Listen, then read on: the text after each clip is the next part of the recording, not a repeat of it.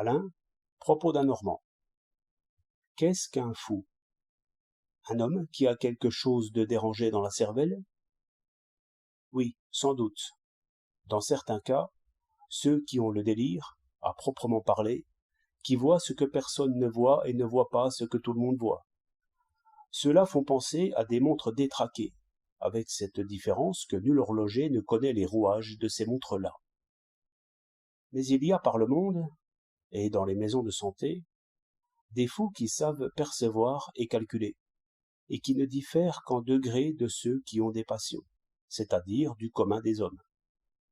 Tels sont ceux qui ont la manie des grandeurs, ou qui se croient persécutés, ou qui se croient malades. Ces fous-là ont moins besoin de santé que de sagesse. J'entends par là que des discours raisonnables peuvent leur faire autant de bien que des pilules, des potions ou des douches.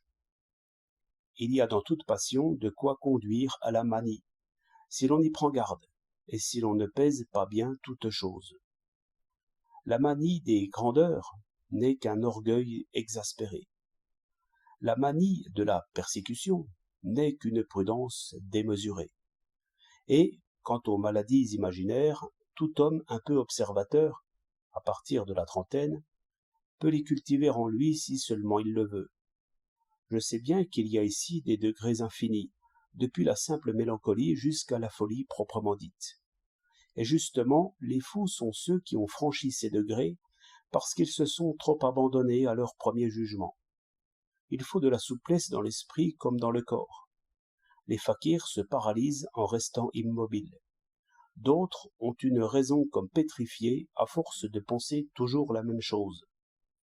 Si le corps se trouve en même temps racorni et refroidi, il n'en résulte que de l'abrutissement.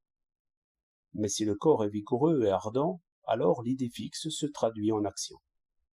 Qu'est-ce qu'un fou, bien souvent, sinon une raison vieille dans un corps jeune? Le remède? Rester jeune d'esprit, rester enfant autant qu'on peut, se laisser conduire par les objets qui se présentent, penser fort peu au passé et assez peu à l'avenir, ne pas prévoir de loin, et surtout ne jamais regretter.